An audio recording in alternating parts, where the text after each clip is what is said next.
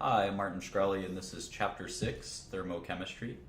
Another word for this is thermodynamics, and this is one of the times in science or STEM where multiple fields collide, and in this case, physics is really the domain of thermodynamics. But despite that, it certainly touches chemistry quite a bit, and we're going to have to do a bit of a crash course in physics and thermodynamics to better understand some of the reactions we're going to do later. And this actually ends up being very important in some reactions that we do in organic and medicinal chemistry.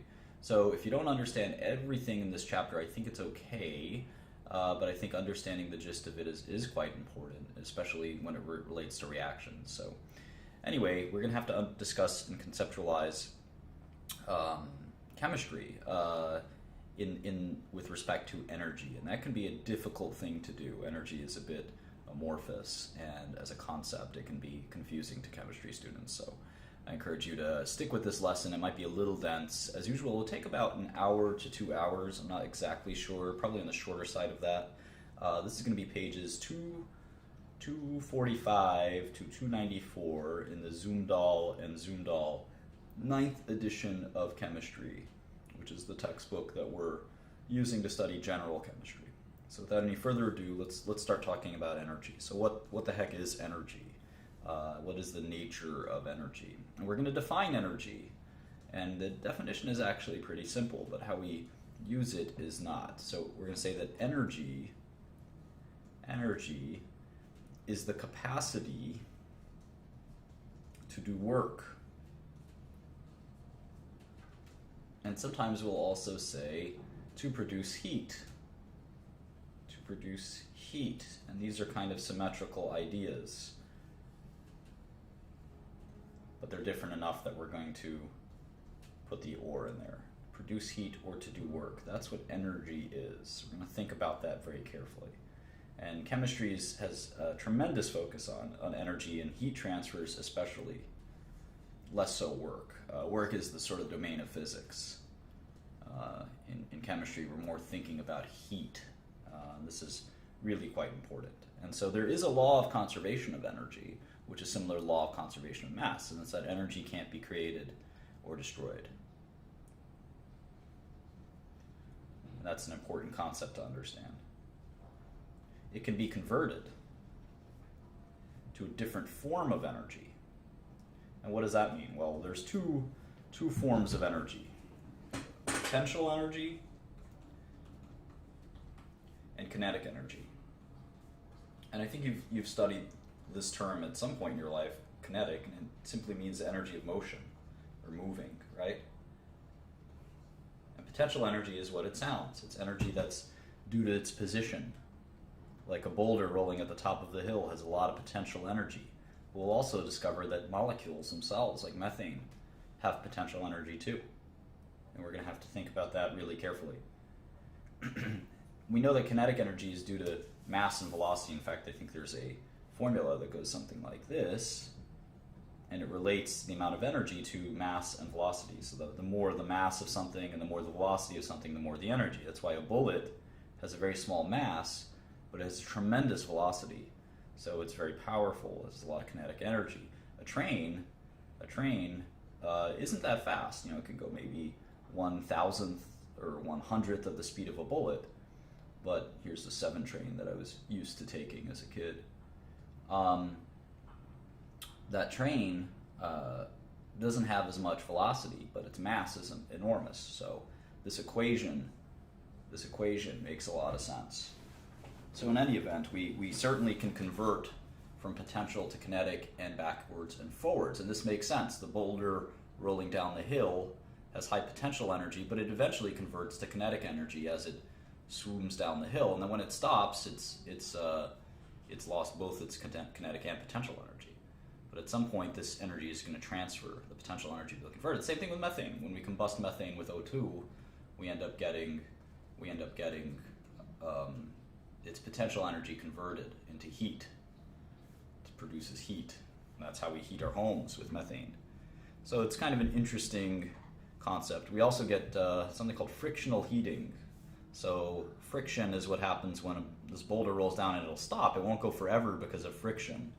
And it's interesting because the ground will temperature will raise ever so slightly. And that's why if you rub your hands together, you'll feel the heat, because the kinetic energy is transferring into frictional heating. So heat is the transfer of energy. It's kind of interesting. Heat is the transfer of energy between two objects.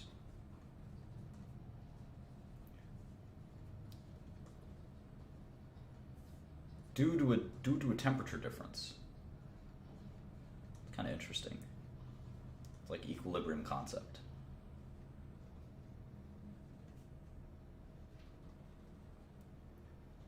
So that's how we'll sort of talk about heat. I think we understand what heat is, but we can't think about heat as anything other than this. I think we tend to think about it differently, like an object possessing heat or something like that, right? This hot water possesses more heat than the cold water. That doesn't really fly. Think of it more in these terms. So we're going to talk about some very theoretical things in this chapter, and I would slow down to try to understand it. One of those things is called a state property, or state function. This is a pretty difficult to understand kind of concept, and it's again, like energy, it's easy to define. Basically, is a property that depends only on present state.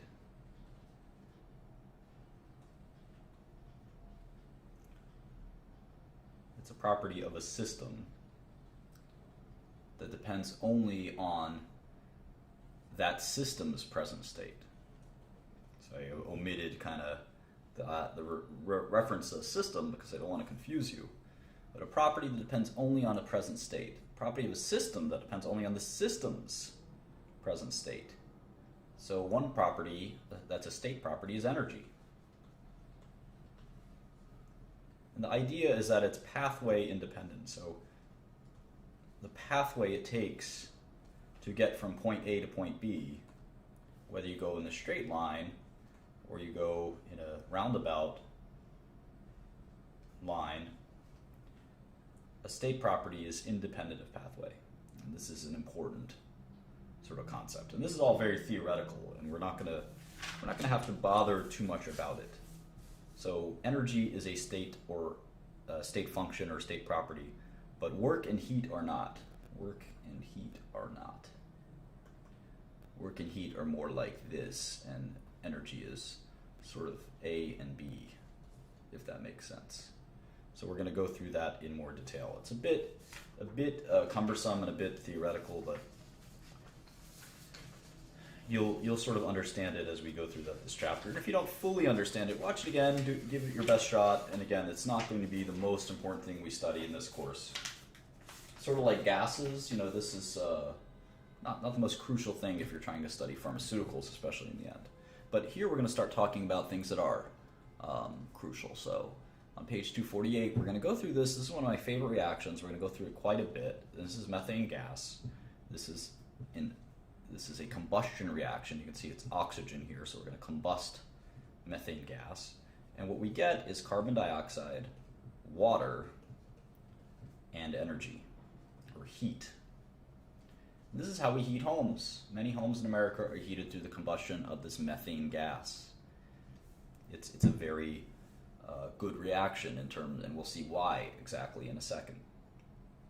So we'll refer to reactions in two ways, the system and the surroundings.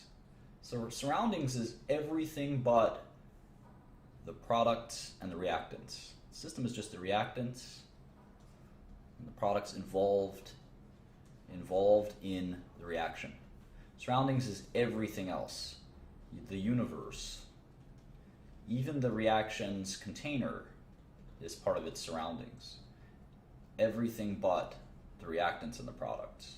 And this is going to be an important distinction, system and surroundings. And this is fascinating because what we think about from the system's perspective is if it gives off heat, if it's going to be transferring because these are sort of collectively exhaustive, is I guess the word we use in logic. The reactants and products, we'll call RP, the entire set of things in the universe is RP and not RP. You're either in the reactants and products or you're in the surroundings, the system or the surroundings. There's nothing in the universe other than RP or not RP, if that makes sense. And so the point is, when you generate heat from the reaction, the heat transfers to the surroundings. And we call that an exothermic reaction. When heat flows from the system to the surroundings, we call that exothermic. When heat flows from the surroundings to the system, and that does happen, we call that endothermic. So if this confuses you, just think, where's the heat coming from? Is the heat coming from the surroundings and going inside the system? And the system's temperature and heat is going up? Or is it the other way around? And this is going to be pretty simple, I think, after a few examples. You can guess that this reaction is exothermic because the reactants are giving off heat. They're giving off heat. If it required heat, and we'll look at this reaction, we'll take nitrogen gas and oxygen gas, and then if you'll need heat to convert this to NO. So nitric oxide, the formation of nitric oxide requires heat. This is an endothermic reaction because we're putting heat in. We're putting heat into the system, right? Heat into the system from the surroundings. So think that through. And remember that there's a law of conservation of energy. It always has to be constant in terms of energy. Now, the fascinating thing to me that I think you're going to really like is that if you take methane, let's just do this reaction one more time, and it's going to give off heat. You basically have potential energy in this methane. This carbon dioxide has less potential energy. It has less potential energy than methane. The methane breaks, its bonds break. The methane bonds, here they are. These bonds break to give off heat. When these bonds are broken, heat is given off. These bonds, the carbon dioxide, these are just there's much less heat in these bonds. So in essence, this is lower potential energy than methane. So you can think of a molecule having potential energy. That's pretty cool. So one of the things that we learned is that law of conservation of energy. And I think one of the things that's important to understand is the first law. You might have heard of these laws of thermodynamics. The first law of thermodynamics is that energy in the universe is constant. Energy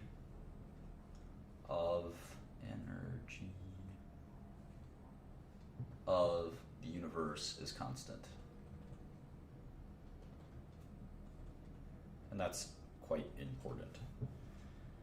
All right, so now we're going to get into more theoretical weeds. And again, if I lose you, try to rewind. I'm going to go slowly. Even though this isn't a lot of material, it's going to be dense material. So we're going to give it a shot to try to understand it as best as possible. And so we're going to call a variable E. And this is important that you remember this. This is going to be called E. And it's the internal energy of a system. Internal energy, E.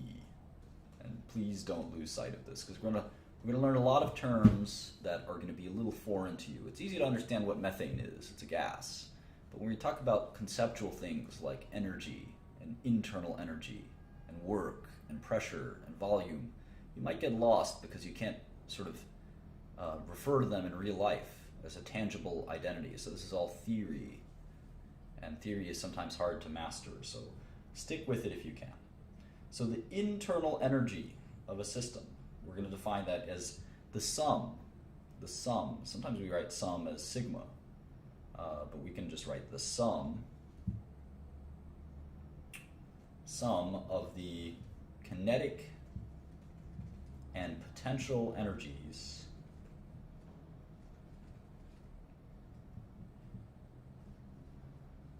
of all of the particles in the system. Okay? How do we define particles? Well, just think about everything in the system. That's a better way to think of it, I'd say. Everything in the system. So both the kinetic and the potential energies of the system is the internal energy of the system. And that kind of makes sense. I think you can kind of understand that. So we can certainly change that energy. So that's where the delta comes in. Delta E. How do we change the internal energy of a system? Exothermic is when heat flows from the system to the surroundings. Castries. So delta E, how do we change the internal energy of a system? We're going to do this equation, Q plus W. And you'd not be surprised to see that W is work. So if work is performed on the system, then we can certainly change the energy. And Q is going to be heat. And we can't forget this stuff. Q is heat in a lot of these equations. Q is heat and W is work. So we can certainly change the internal energy of a system this way. All right. One last thing before we continue, and again, we're going to get very theoretical here, is that we have to use different equations for delta E and different values. So one of the things that you're going to learn is that if it's a negative value, that's exothermic, because heat is leaving the system. And if it's a positive value, it's endothermic. We're always going to look at things from the perspective of the system.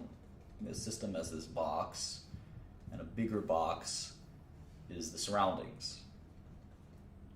And I think of it like this in my head. So when we combust methane and heat leaves the system, CH4 plus O2, etc., it leaves the system, it's exothermic. And the delta energy, the change of internal energy of this system, is negative, because it's negative, equals some negative number, because energy is leaving the system. The internal energy is dropping, it's leaving the system, it's exothermic. Energy is leaking out of the system into the surroundings, in this case, in the form of heat. So that makes a lot of sense. But you can get confused if you mess up your signs and things like that. You can get things wrong. Page 250, we're going to do our first problem. And again, this is simple from a math perspective, but like most problems in life, it's actually difficult from a thinking and theory perspective. And hopefully it's not too difficult. I don't think it will be. So anyway, the question is, calculate the delta E for a system that undergoing an exothermic process. It makes it clear that this is an exothermic process. Oh, no, I misread it. It's an endothermic process. That's fine. Endothermic process. So we have to calculate the delta E for an endothermic process in which 15.6 kilojoules of heat flows and 1.4 kilojoules of work is done on the system. All right. So how do we do this? Well, we did our equation delta E equals Q plus W, right? We know that. And this is an endothermic process. Endothermic process. And we know that an endothermic process is going to have a heat increasing in the system because heat is going inside the system. So the delta E is the heat where we have 15.6 kilojoules, right? And then we've got 1.4 kilojoules of work. So the delta E is pretty simple. It should be 17.0. The system's gained energy. And it's very easy to do something like this and have a negative number. You just have to be very careful. But this is a super easy example. It's just theoretically, again, you have to conceptualize, well, I have this heat flowing into the system because it's an endothermic process, and work is being done on the system. So you might have subtracted Q and W. But work being done on a system or to a system increases its energy. Think of it shaking the snow globe. Here, I've got a Jeff Koons snow globe here. And if you shake the snow globe, work is being done to the system. So you can see the energy is flowing. All right, let's continue here. One of the ways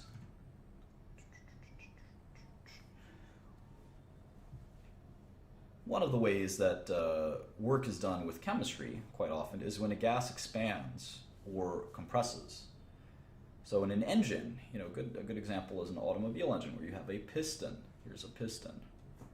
It's like a, much about cars, but basically I know how this works. It's the piston, here's the piston before, and here's sort of the piston after. Did my best drawing. Sorry, I'm not the greatest artist. I'm not Saul Khan. All right, and the piston compresses the air. The piston kind of forces it down. And then here, the piston is relaxed. It kind of presses up and down to compress air. So there's air in here. There's air in here, there's sort of gas. And by compressing it, you get this energy. And this is force. You get combustion. And this is how the car moves. This is a pretty incredible invention. So anyway, we get this sort of complicated thing where pressure is force over area, right? And this is sort of a compressed area. That's how the piston works, right? Delta H, you have all these equations you can do to express this. So in any event, one of the ways we can say is that delta H is the distance. So we can say that work is force times distance, or work is, in this case, is force times delta H. And in what is force? Well, force is pressure, right? Pressure times area. So you can say that work, the new Rihanna song, is pressure times area times delta H.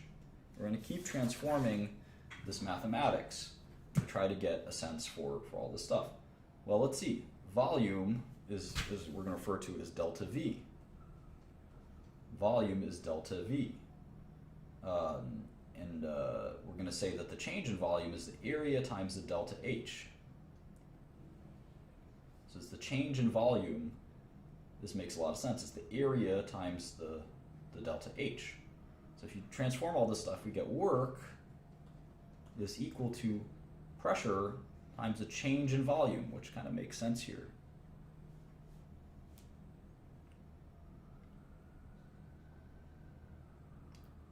So the sign is kind of interesting. So if you have the system expanding, the system is doing work on its surroundings. So the sign of the work should be negative. So work is equal to negative P delta V. So this is how that works in sort of a gas PV problem. So let's do an example to show you how this all works. Calculate. This is page 251. Page 251. Calculate the work associated with the expansion of a gas from 46 liters to 64 liters. So this gas is expanding at a constant external pressure of 15 atms. Now we have our formula, so calculating the work shouldn't be that hard. Well, negative P is going to be negative 15, okay. And then what's the change? What's the change? This looks like what, 18 liters? 18 liters, and is that a positive number? Yeah, plus 18 liters, delta volume, changed by 18 liters.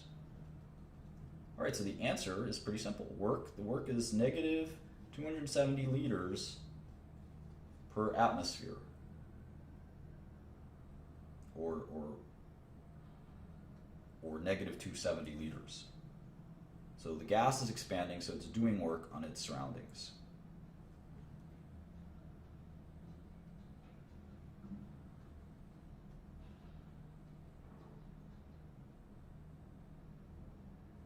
We'll do another one.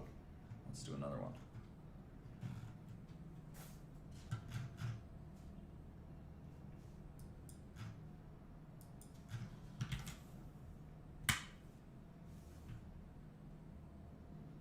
All right. A balloon is being inflated to its full extent by heating the air inside of it. Okay. In the final stage of the process, the volume of the balloon changes from 4.00 times 10 to the 6 liters to 4.50 times 10 to the 6 liters by the addition of 1.3 times 10 to the 8th joules of energy. This makes a lot of sense. The volume goes up because we're adding all this energy. So assuming the balloon expands at a constant pressure of 1 atm, calculate the delta E for the process. And they're saying that to convert between liters per ATM to joules, use 1 liter per ATM equals 101.3 joules. Okay, we can do all this, I think. So what do we need to know? Well, we know that delta E is Q plus W, work and heat. Work and heat. So we can try to do this just by first understanding what we need to understand about all of this. And how do we calculate work? Well, work is just simply negative P delta V, which we did already. And now we can start to conceptualize this. So Q plus W is really Q minus, right? It's really Q minus P delta V. So now we're working on this pretty well. And then we kind of know what the heat is, right?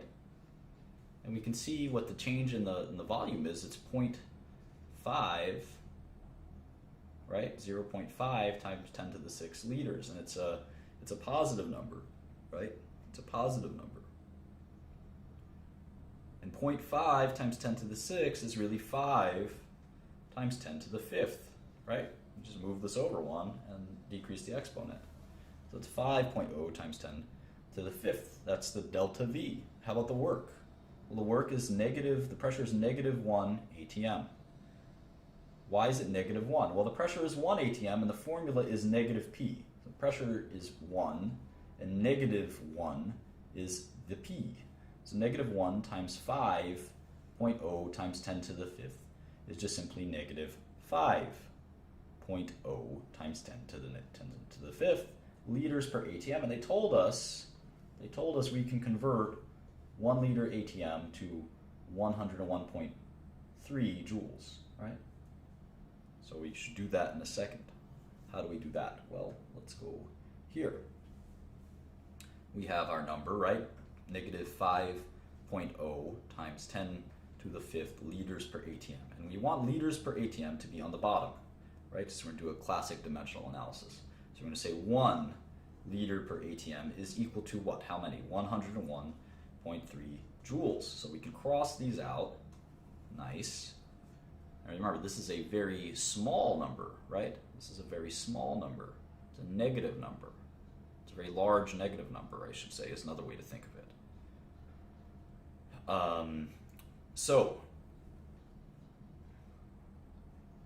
So everything divided by 1 is just going to be the numerator. And if we multiply these two things, we get negative 5.1 times 10 to the 7th joules. A very large negative number. It's like negative 5 million joules. All right, so back to delta E. Delta E is Q plus W. Well, we know how much energy went into the system in the form of heat. That was 1.3 times 10 to the 8th joules. And then we know how much work was done. It was minus 5.1 times 10 to the 7th joules. So if we just subtract these two things, right? We just subtract these two things, we're going to get a simple number. And let's see, if you do the math, I suppose you get something like 113.0 times 10 to the 7th minus 5.1 times 10 to the 7th is equal to 8 times 10 to the 7th joules, roughly, rounding off a little bit. So does this make sense? Is this the change in the system? The change in the energy of the system, the internal energy? Does it make sense? Well, a lot of energy went in heating the balloon, and a lot of work was done on the environment, the surroundings, because the balloon expanded. But definitely more energy went in through heating, so the delta E is positive number. Okay, so that was a fun problem, I think. Let's go to 6.2. On page 252, and this is where you might get a little bit lost, and I hope that you don't. I hope you stick through it and try to understand it, and I hope I do a good job of explaining it, but we're going to talk about something called enthalpy. Enthalpy. Don't forget this word, and don't confuse it with another word that we're going to look at called entropy. Entropy. Enthalpy. Take your time to understand that spelling if you haven't used that word extensively before. So enthalpy is a property. It's a way to describe energy. It's a property of a system, and we're going to refer to enthalpy as H. And again, we can't forget this. H is enthalpy. And one good way to remember that is that enthalpy has the letter H in it, I guess is a decent way to remember that. So anyway, H is equal to the energy or internal energy. Remember we were using E earlier? Added by the pressure of the system times the volume of the system. And this should be a little bit familiar to you, this sort of concept. If you take the internal energy of the system and then you add the product of its pressure and volume, you sort of get a total energy number. It's like a form of energy. It's a property, it's a sort of way to think of energy of a system. It's another way instead of an internal energy. So we're going to do a lot of transformations and fun to this, which is going to be frustrating. Enthalpy is a state function for what it's worth. So what is it? So let's try to assume that there's a process being carried out at a constant pressure. A constant pressure. And the only kind of work we're going to get is pressure volume type work. Think about that. Balloon expanding is a good way to do that. So the expression, if we're going to think about the change of internal energy to a system, is the heat at a constant pressure, plus work being done. We can actually change this around and say the work is negative P delta V, which makes sense. And we could say QP delta E is QP heat minus P delta V. We just did this, a little bit of this in the balloon example. All right, so let's transform it some more. We can add PV to both sides, P delta V. We get QP, or heat, is equal to the change in the energy, internal energy of a system, plus pressure times volume, delta volume. And this is interesting. This is interesting. Because the definition of enthalpy, as you can see, is internal energy plus P times V. So we can actually say that delta H is equal to delta E plus delta PV.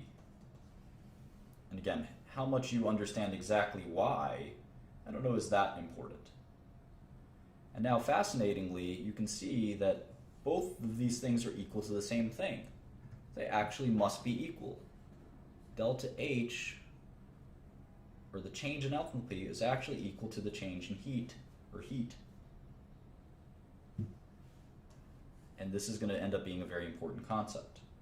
So what we say is that at a constant pressure, the change in enthalpy,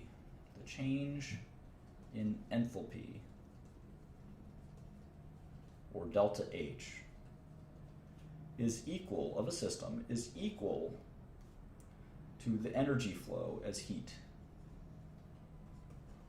And just remember, this is assuming constant pressure. Why is this important? Especially to us as chemists, why is this important? It turns out that we're going to do a lot of reactions, and the delta H is going to be equal to the enthalpy of the products minus the enthalpy of the reactants. And this turns out to be extremely, extremely important in a lot of chemistry. And so we went through all these thermodynamics kind of gymnastics to sort of get to this point. And we kind of thought about this with methane, right? I mean, if methane's products, the enthalpy is larger than the enthalpy of the reactants, right, it'll be a positive number. If it's the other way around, and the decrease in enthalpy is achieved by heat, you'll get an exothermic reaction. So let's sort of try to play with this and see what we can get. I'm still on 253 here. We have 1 mole of methane. 1 mole of methane, and we're going to burn it at a constant pressure, and we're going to get 890 kilojoules of energy. That's what we get. So what's the delta H when we burn 5.8 grams of methane? And this is a simple mole stoichiometry question, right? We know, well, 1 mole of methane is what? 12 plus 4 is 16. We have 4 hydrogens that are 1 each. We got 1 carbon that's 12 each, so it's about 16. And so 16 grams per mole, so we have less than that, right? We have 5.8 grams of methane. 5.8 grams of methane. We can put 16 grams is equal to 1 mole. And so if we cross out grams of methane, we get 5.8 over 16, which is what? 0.36. This is how many moles we've got. 0.36 moles of methane.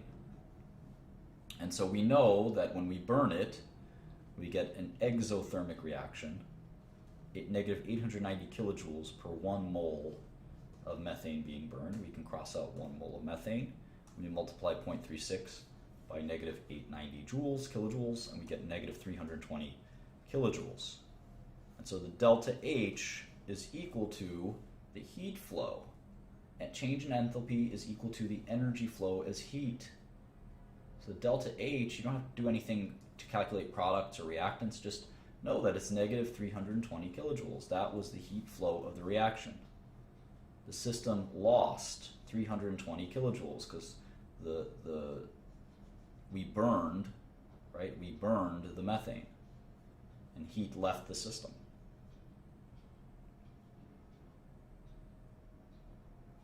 Cool. Let's go to page 254. We're going to talk about calorimetry. Calorimetry, which is the process of measuring heat. It's a science of measuring heat. So we're going to have to measure heat, and that's not always easy. One of the ways that we do that is to see how much heat is required to raise the temperature of something by 1 degree Celsius. And we call that specific heat, or heat capacity. So heat capacity is C, heat capacity. All these letters, thermodynamics, people who study thermodynamics and physicists love these letters. Heat capacity is C. So we got C, E, and H, heat capacity. And heat capacity is simple. It's heat absorbed, so how much kilojoules or joules are we pumping in, divided by the rise in the temperature, or increase in temperature. And what's amazing is that some substances don't require much heat to increase their temperature, and some do. That's why we have this formula. And let's look at a few. Let's look at water as a liquid. Let's look at water as a solid. We can see that there's a difference. The specific heat capacity we refer to specific heat capacity in terms of 1 gram. That's how much it takes to increase the 1 gram of a substance by 1 degree Celsius. So in the case of water as liquid, it's 4.18 joules per degree Celsius per gram.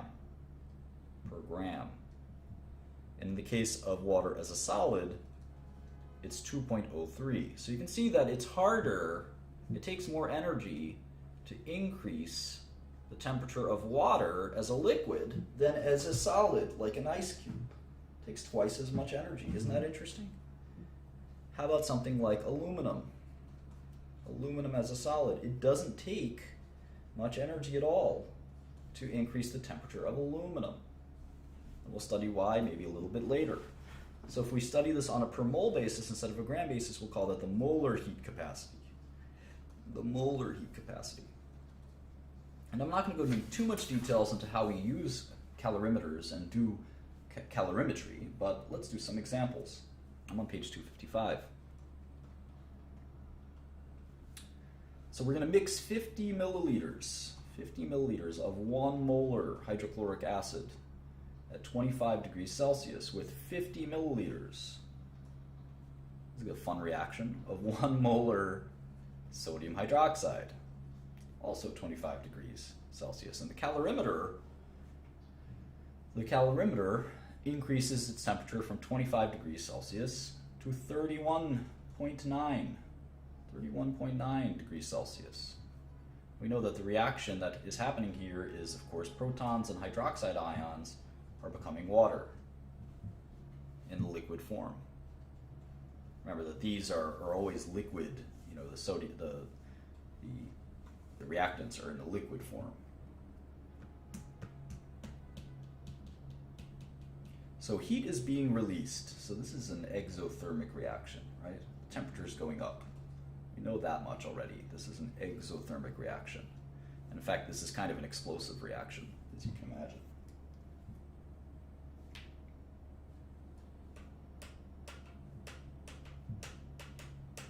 So we know that the specific heat of water is 4.18 joules per degree of Celsius per gram. We know that. So we can start to calculate the energy released by the reaction, right? So we can say that the specific heat capacity multiplied by the mass of the solution multiplied by the change in the temperature could be the energy as heat released by this reaction, SMT. So the T is 6.9 degrees. We can calculate that, right? 6 delta T, 6.9 degrees, okay? 6.9 degrees Celsius. All right, the mass of the solution is 100 milliliters, and then we know that the density is 1 gram per milliliter. So this is what, 100 milliliters, so it's 100 grams. That makes sense. That makes sense. 100 grams. And we know the specific heat is 4.18 joules per degree of Celsius per gram. So we've got grams to cancel out, and we've got degrees of Celsius to cancel out. So we can actually just multiply all this stuff. We can multiply all this stuff. 6.9 times 100 times 4.18 is 2884.2, or 2.9 times 10 to the third joules. This is how many joules are being released in this reaction. So we use the specific heat to get that answer, and I think that's pretty neat. So if we use twice as much, if we used 100 mils of each, how much heat would be released? This is interesting. It's actually twice as much, because heat of reaction is an extensive property. Extensive property. We're learning this term for the first time. And it depends on how much, right? Whereas an intensive property doesn't depend on it. Like the temperature, or the color. A blue thing is blue whether you have a lot of it or not a lot of it. Density. The density of water is always the same whether you have an ocean or one drop of water. But an extensive property depends on how much. A good example is mass. Mass. So let's look at the preceding experiment. We had 50 milliliters of water, right? Or 50 milliliters of hydrochloric acid. Of course, we got to convert that. We got to convert that to liters. That's easy to do. 1 liter is 1,000 milliliters. And then we're going to realize that those 50 liters, we had a mole of hydrogen per liter. Per liter. So we actually, a mole of hydrogen ions in that hydrochloric acid. So we actually had 5.0 times 10 to the negative second moles of protons. And this is interesting, what they're doing here. So we know that 2.9 times 10 to the third joules were released, right? And it's interesting, they were released when this many protons were in the reaction. 10 to the negative second moles of hydrogen ions. So we actually can see that it was 5.8 times 10 to the fourth joules per mole of proton.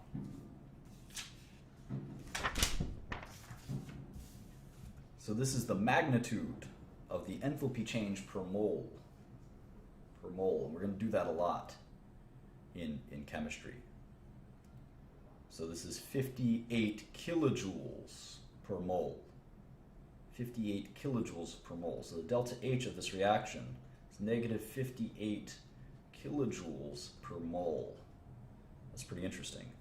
So we're still going to use this reaction, this equation. Q is equal to Sm delta T. Q is equal to Sm delta T. Very important. when an object changes temperature, we can sort of calculate it through Sm delta T.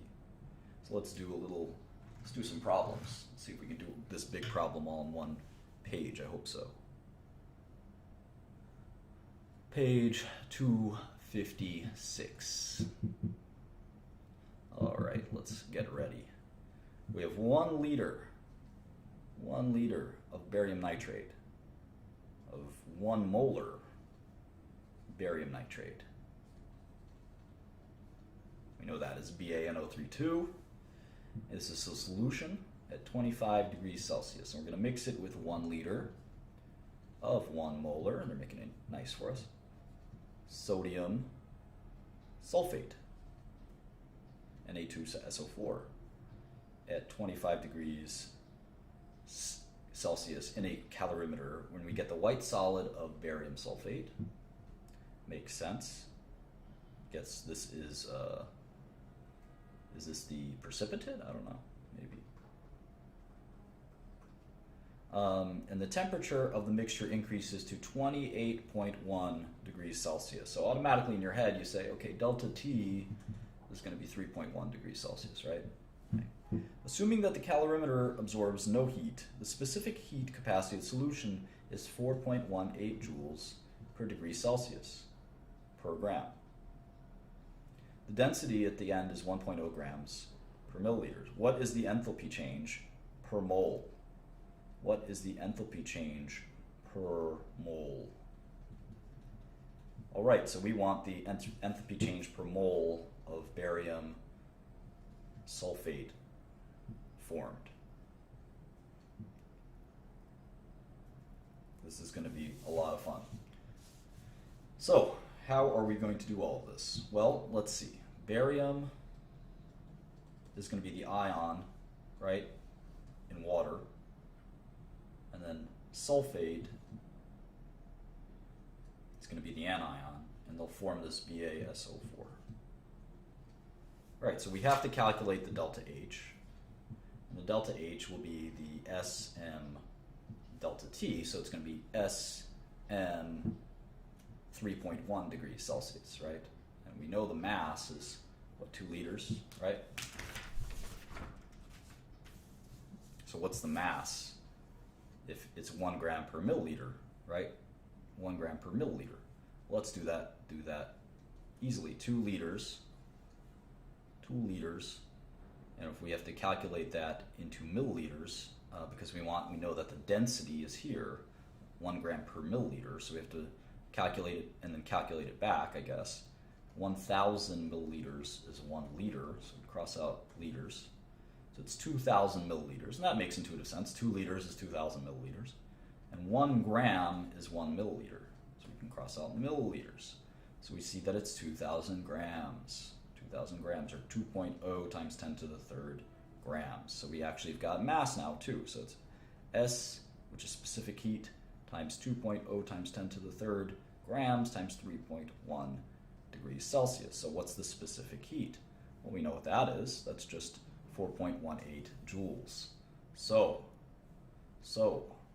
we know that the Q will be equal to 2.0 times 10 to the third grams times 3.1 degrees Celsius times 4.18 joules over degrees Celsius per gram.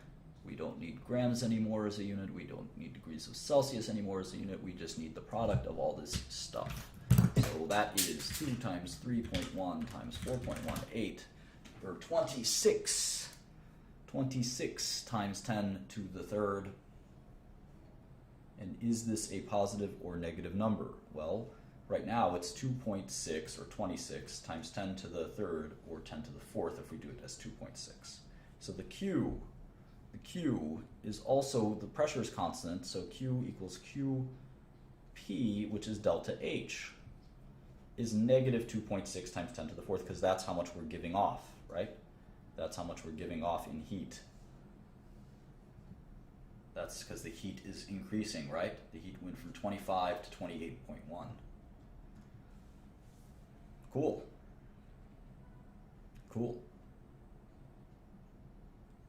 So this is all done in 1 molar. So I think that 1 mole is what we're working with. So the delta H per mole is just negative 2.6 times 10 to the times 10 to the fourth, which is, let's see, negative 26 kilojoules, because kilojoule is 1,000 joules. So this is negative 26 kilojoules per mole. This is just 1 mole. All right, that was a crazy and fun equation.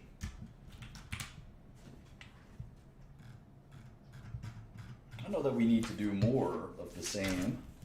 I don't think so. Let's skip ahead. Let's skip ahead to Hess's law. Hess's law, 6.3. Hess's law. This is page 260.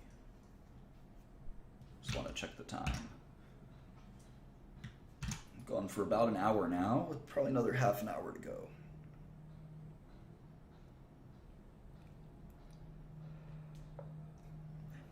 Well, Hess's law is the concept that a reaction can take place in one step or a series of steps, and it doesn't really matter. The enthalpy will be the same in the end. And that's because of the state function. So let's use an example to illustrate this. One of our favorite examples is the formation of nitrogen dioxide. So we take nitrogen gas, we take 2 molecules of oxygen gas, and we get 2 molecules of nitrogen dioxide.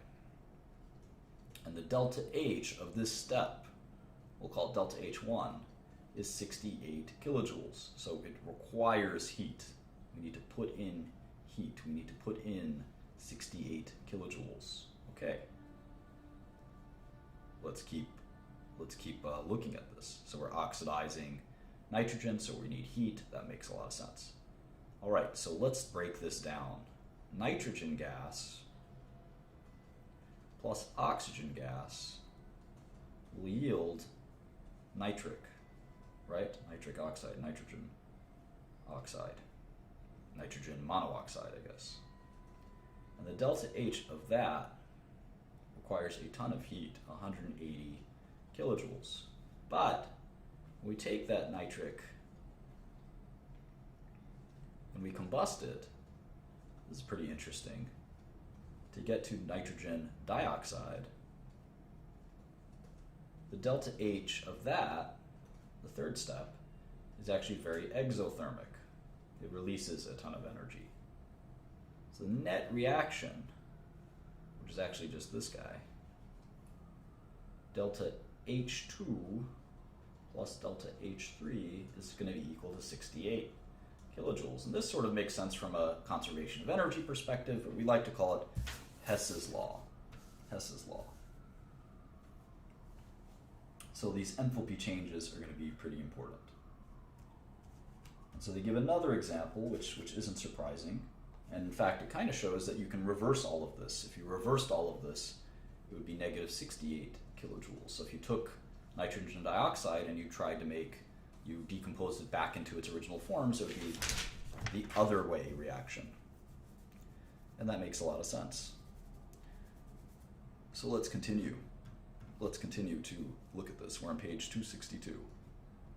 Page 262. And there's 2 kinds of carbon. We've got graphite, which is soft, black, slippery. It's in pencils.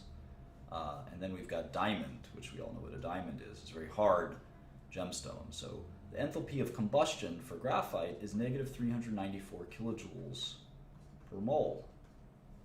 The enthalpy of combustion for diamond is negative 396 kilojoules per mole.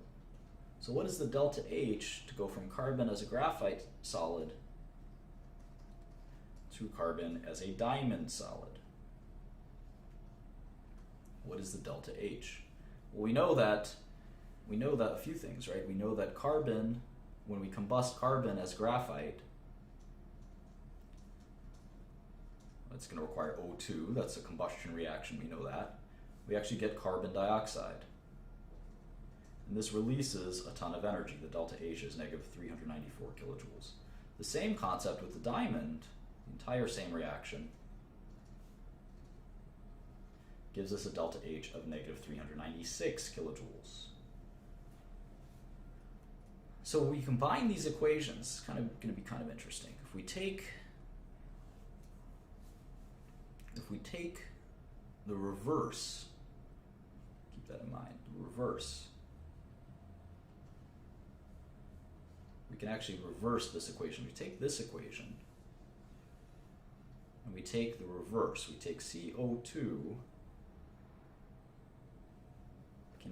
can decompose back into the diamond, because every reaction is reversible, plus O2 itself. This sign will turn around. It'll be delta H plus 396 kilojoules. So if we take equation 1 and equation 2, we net it out, so graphite becomes diamond, and this is what happens. Graphite plus oxygen becomes carbon dioxide. Carbon dioxide can go back to diamond plus oxygen. The net amount is 2 kilojoules. Negative 294 plus 396 is 2 kilojoules per mole of graphite to make diamond.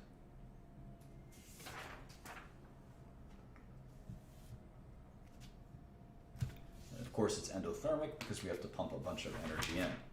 There's this inordinately complicated example on page 263 to 264 involving diborane, and I would encourage you to work your way through it. It probably isn't going to get you too much to see me work my way through it.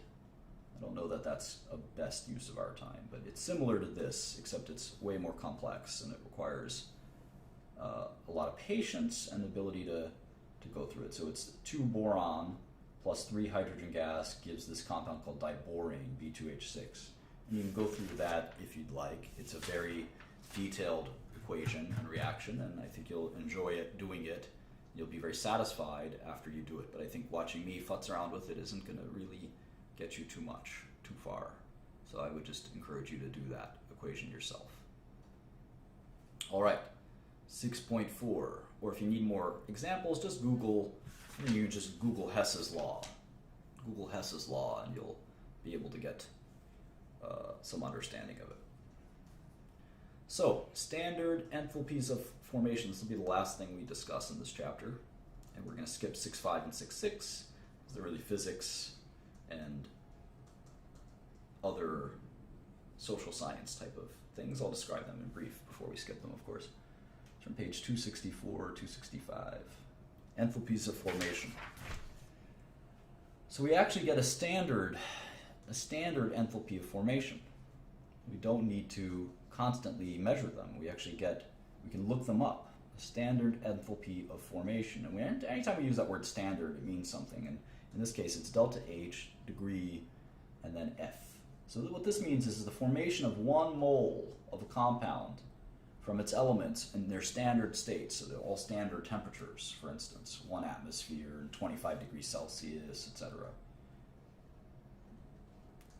So delta H degrees F is our standard that we're going to use, and there's a bunch of these. So one example, and again, it's from their standards elements. So nitrogen gas, these are elementals, right? Nitrogen, oxygen, naturally occurring, right? Naturally occurring gas. We're breathing this in as we speak. Becomes nitrogen dioxide, and this is the standard enthalpy of formation is 34 kilojoules. It takes 34 kilojoules per mole to make nitrogen dioxide from its basic elements. This is going to be an extremely useful tool. So here's a few standard enthalpies of formation. And you'll find these, I think, fascinating. Here's ammonia, the gas. The standard enthalpy of formation is negative 46 kilojoules per mole. So to make ammonia from nitrogen, hydrogen, it releases energy. How about another one? How about nitrogen dioxide? Well, we just did that one, I thought, right? And that's 34 kilojoules per mole. So you need to, this will what? Will this give off energy or take in energy? Well, it's positive, so it's giving off energy, whereas it takes energy to form ammonia. How about hydrogen? 2 hydrogens and an oxygen. I think we call that water as a liquid. it's negative 286. To take hydrogen and to take oxygen and to form water in a balanced equation, is that what's going to be, how would we balance that, 3 to 2? Or is that 2 to 1? 2 to 1. 2 to 1. There we go. Yeah. So to do that, to go from hydrogen to oxygen to water, will release energy. It will be negative 286 kilojoules per mole. And so forth and so forth.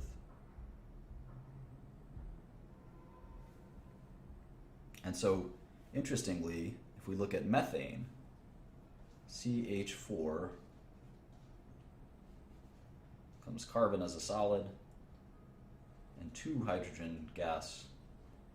The delta H, I'm just looking for it here. There's an appendix that I'm not looking at. Well, the formation of methane from its elements is the standard enthalpy, right?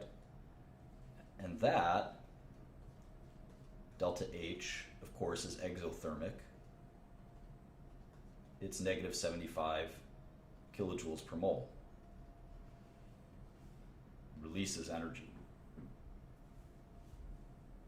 So the reverse reaction takes energy. It's 75 kilojoules.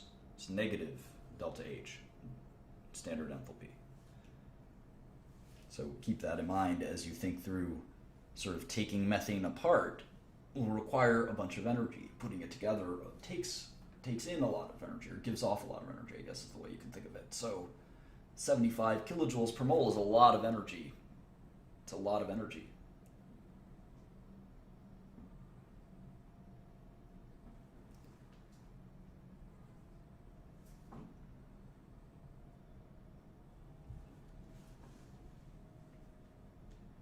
So let's do a quick one. Make sure I've got all these signs backwards and forwards. It can get very confusing. So let's do an example to illustrate all of this. On page 266,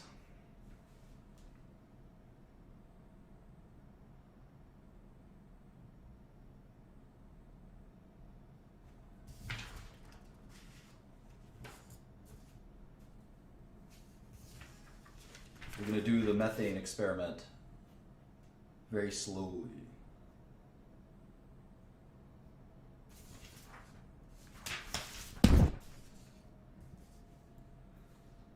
CH4 is combusted. We've seen this equation a million times. To form carbon dioxide plus water. All right, so we need to take this apart piece by piece. So we know methane can be decomposed into carbon as a solid and as hydrogen gas. And we know that the reverse equation, the elements forming methane, that's the standard formation of enthalpy. And we know that that was negative 75 degrees. So this reaction is plus 75, not degrees, but kilojoules per mole. Kilojoules per mole. So we'll call this delta H degrees A. This is step A, and it's 75 kilojoules per mole. So what's next? What's next?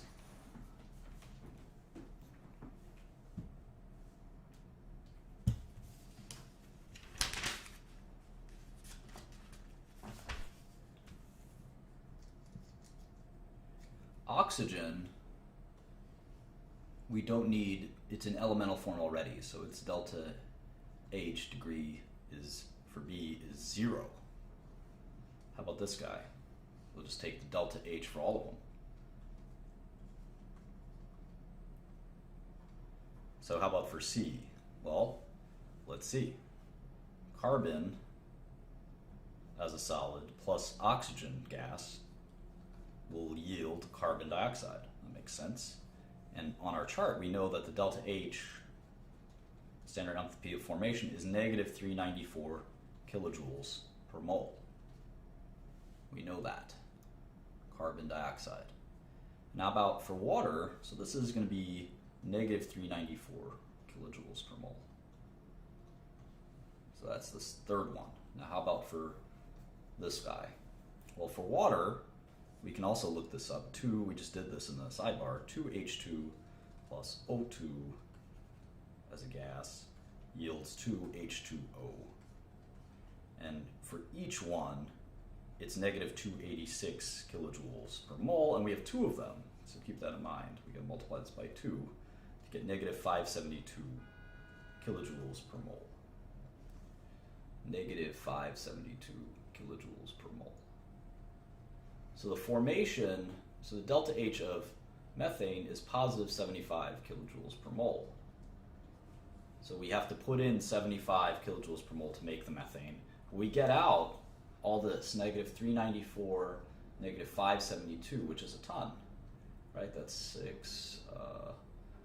392, 94, all right, 6, 8, 9, so it's 966 kilojoules per mole.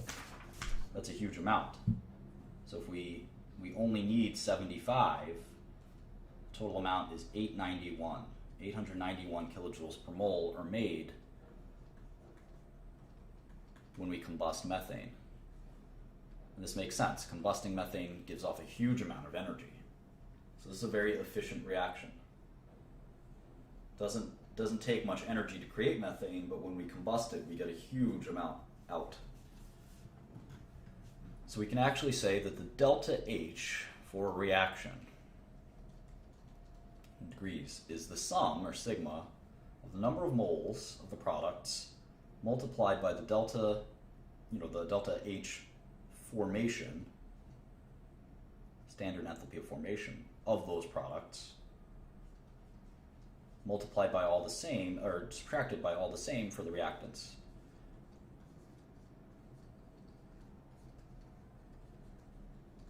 And this is what we just did, and this makes a ton of sense.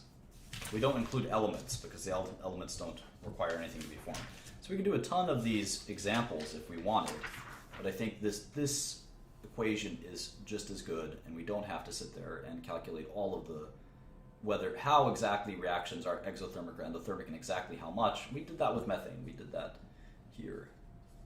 And I don't think we need to do it over and over again with 100 different examples. I think this was simple enough. Right? This is 75 kilojoules per mole. This is 0. This is a negative number. This is a negative number. What were they? 500 and I think it was 572. And this one was negative 286. So if you added all of these up, you get the net negative number of 891 kilojoules, a nice exothermic reaction.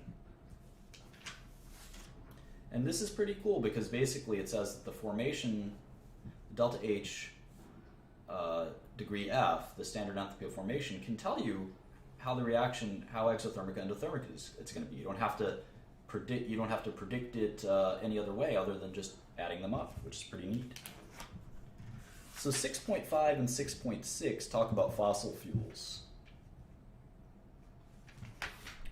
Fossil fuels and alternative sources of energy.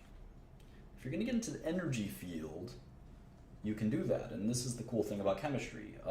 You can get into energy, you can get into semiconductors, you can get into plastics and materials, all kinds of things. We're studying chemistry to do organic chemistry, which we will follow up with medicinal chemistry. We're interested in pharmaceuticals. So we're going to skip these because we're not interested in getting into the energy business, the petroleum business, the coal business. All of these are really cool and important businesses, and if I was into the energy field, I would learn about fracking and all of this stuff. But I'm not. I'm into medicine, so I'm going to just sort of ignore 6.5 and 6.6. They're very interesting. But not for us in the scope of this conversation. And they don't do too much. They don't teach you much other than how fossil fuels like coal and things like that work, or fossil fuels like, fossil fuels like petroleum and natural gas and coal and things like that work, and how do we use coal in new ways and all this stuff. Hydrogen as a fuel potentially. And they do some enthalpy, real-world examples of some of the standard formations of enthalpy. So anyway, this is a difficult chapter, obviously not the most fun, very theoretical, very far afield from what we normally will look at. Chapter 7 was worth the wait. We're going to talk about atomic structure and periodicity. Chapter 7 is going to be a lot of fun. Chapter 8, we're going to talk about bonding, and then we can kind of go from there into chapter 9, which is more bonding, covalent bonding. And then from there, we have a pretty good preview of organic chemistry. We might even start organic chemistry. Chapter 10, we talked about intermolecular forces. So we're going to have a lot of fun in the next 2 or 3 chapters talking about real-world kind of hardcore chemistry, organic chemistry, previews, and things like that. So we're going to have a lot of fun in the next 3 or 4 chapters, and those are my specialties. So anyway, thank you so much for joining. We'll see you in chapter 7.